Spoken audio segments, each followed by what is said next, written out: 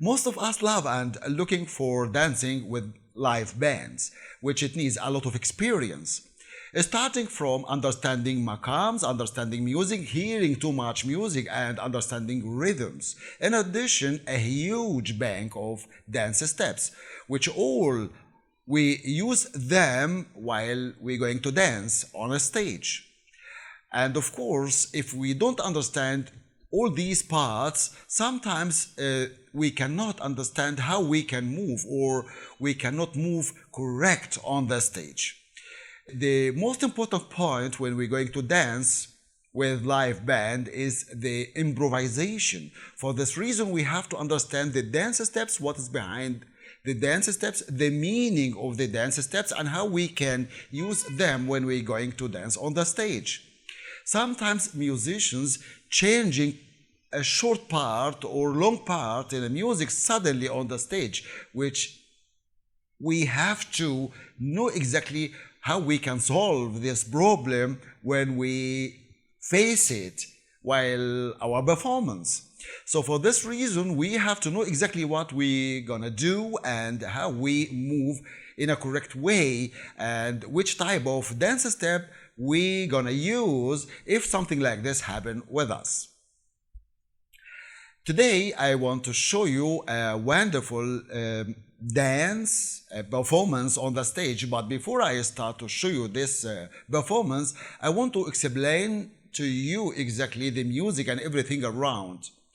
The music we will go watch and hear it today split in three parts. The first part is the mawal. Mawal in English language, it means exactly, or I found it in most of the dictionaries, talking about ballad, which it is, okay, correct, but for me it is a little bit strange because mawal is something completely different than ballad. Ballad include all folk music or folk songs, and of course dancing too, we can dance on them. But mawal, it is part, a little part inside the music or inside the song. The singer start with mawal.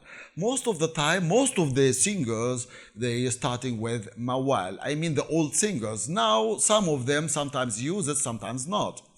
Mawal, it is a type of music and song and lyric, yes, also. The singer uses it to wake up the audience, also to prepare the audience for what he gonna do later in his song. Mawal is something completely different than the song. In mawal, either it is type of way that the singer use it to show the strength of his voice, or a short story. This story can be for the lyrics what he will, or the lyric what he will, or the song what he will perform later, or a short story, a complete short story. That's it. Long ago, the Arabian singers were using the mawal to show exactly the strength of their voice and how they can control words or the keywords and how they can move with this, including the tone while they're singing. It was something like this exactly in the past. We're still using the same way, or the singers still using the same way until now. So the mawal is completely different than the ballad, as I told you. For this reason, I feel that mawal is completely something can be alone or can be in this part. The dancer must understand it right well before going to dance on it on the stage, because it's sometimes difficult to move on. In the mawal, sometimes or most of the time, the singer do it or perform it without musicians or a little bit of music, sometimes using the rhythm, I mean the tabla rhythm, and sometimes not. So for this reason, mawal, it is difficult even for the singers, and if the singer hasn't a good and strong voice, it will be boring. So this is the mawal. Of course, the dancer must understand the mawal correctly, or has to, I mean the foreign dancer, because sometimes the singer can use a local word in mawal which difficult for the dancer can understand how he can move or she can move on it. For this reason, I'm always say that we have to ask the singer what type of mawal he will sing, or how, or what is the words he will use in mawal to choose the correct gesture and posture which they will use it while the singer perform his mawal. So this is the first point. The second part of the music which we will hear it and watch it today is song, or let me say the two parts will be songs. The first song belongs to Ahmed Adawiya, and he was singing about lovers. He loved someone, and she beautiful lover for him, and he explained the way he wants to be in front of her and how she move in front of him, and a lot of points like this way.